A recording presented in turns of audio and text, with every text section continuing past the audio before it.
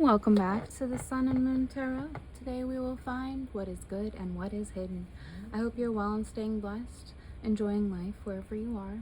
If you're interested, please like, share, subscribe. It does help my channel grow. If you're interested in connecting with me, you can find my email in the description box. You can book with me there, and you can check out my Patreon on that description box list.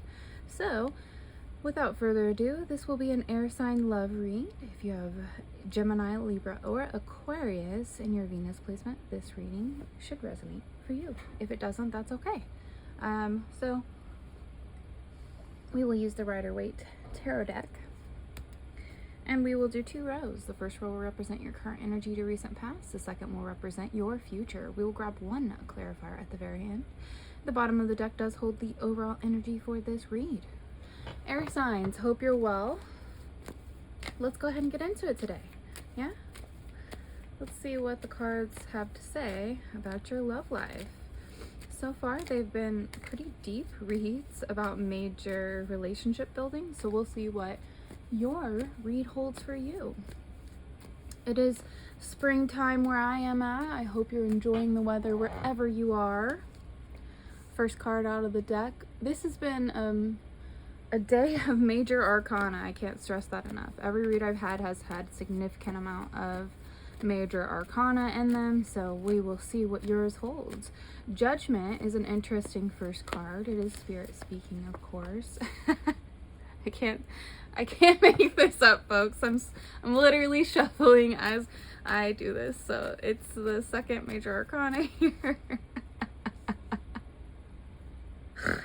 I must be very connected today. There's no other reason for you to have literally 4 spirit major arcana cards, and no matter how much I shuffle, it seems to come out this way. So I think that's just kind of the reads today. Our spirit is speaking. The universe is really speaking to us, right? I'm sorry, this is funny to me.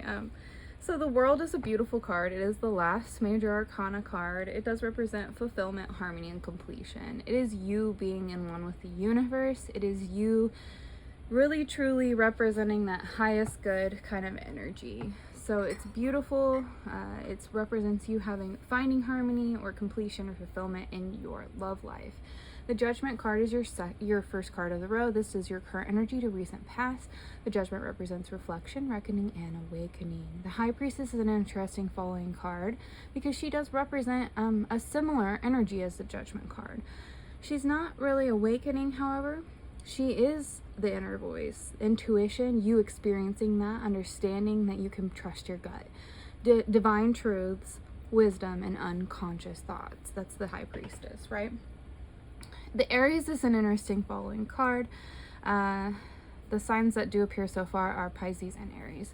So the Emperor is structure, ambition, authority, rationality. He is the king of all kings. He can work with all elements just like an alchemist or the magician in the tarot. He does represent ultimately divine masculine energy. You could be a male, or it could be you coming in as that figure of leadership in your life. So it would seem like you're in harmony, right?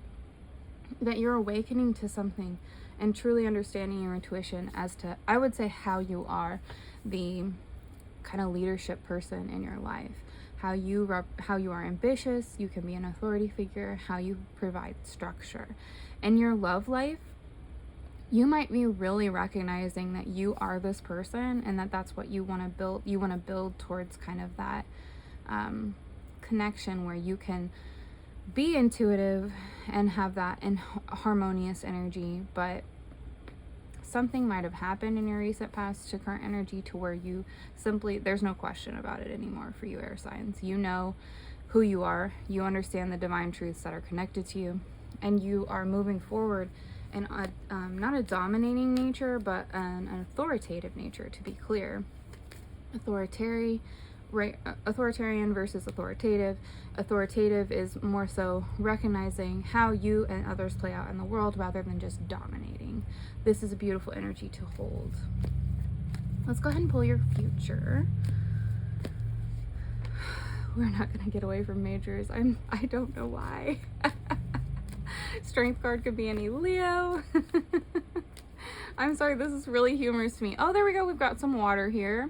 Nine of Cups being that energy of Cancer, Scorpio, Pisces. Water is the energy of emotion in the tarot. And we'll grab one more card for this row. All majors, basically. And so you could be dealing with a Gemini or a Leo with these cards appearing, or you could have significant Leo or Gemini placements in your chart as well. It's going to vary for everyone. Of course, this is an air side read. I like to mention that the sun can represent both Leo and Gemini, because the sun, of course, is Leo. It is the prime example of the middle of summer season. Everything is blooming, everything is beautiful, everyone's enjoying life, theoretically. So the child enjoying that life and wandering on the horse is usually represented by Gemini in the tarot. Most people say that. Most readers do, and I definitely think if you walk that Gemini walk, you'll understand what I'm talking about. That's going to vary on your other placements, rising, sun, and moon. Of course, this is not. This is strictly a Venus read, but it's going to vary for everyone. So for your future, let's go ahead and talk about strength. This does represent courage, inner strength, conviction, and compassion. You really being that, again, that authoritative, not authoritarian figure, that being able to be rational and having that leadership ability without the lack of compassion that comes with dominators. It's really interesting because this is your love read, so you might be experiencing this in your love life, which is really leading to a beautiful future for you. And I say that because the Nine of Cups is emotional, not only an emotional card, but it really represents satisfaction, luxury, and emotional stability in the emotional realm. So you continuing to be compassionate is leading to this true fulfillment feeling, right? That's seconded. This is the minor arcana for this world card. And the sun is a beautiful card to follow up. These are pretty much the best cards you can pull.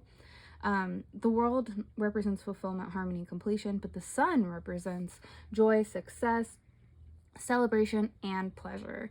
So in your future, because you're able to be this in your love life, you're able to be this intuitive leader, but also compassionate, right? It's leading to joy and success.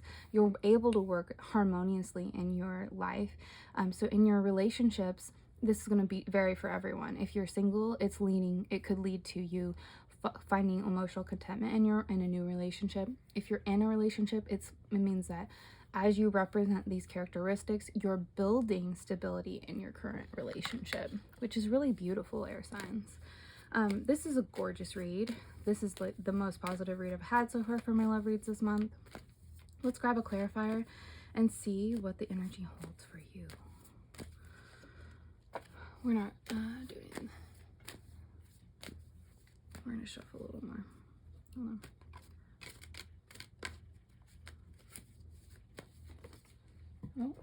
Oh, cards are being thrown. I'm so sorry. I like to shuffle mid-read because I feel like it pulls more current energy, but sometimes when I shuffle,